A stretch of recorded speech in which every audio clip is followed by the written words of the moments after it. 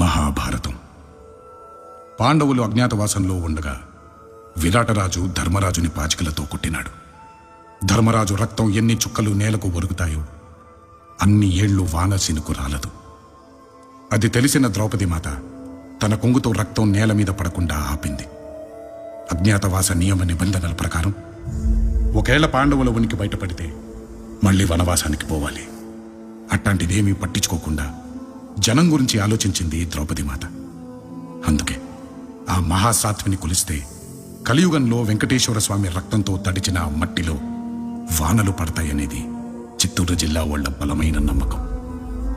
ఆ నమ్మకంతోటే ప్రతి సంవత్సరం ఎంతో బాధ్యతగా ద్రౌపదమ్మని కొలుస్తారు.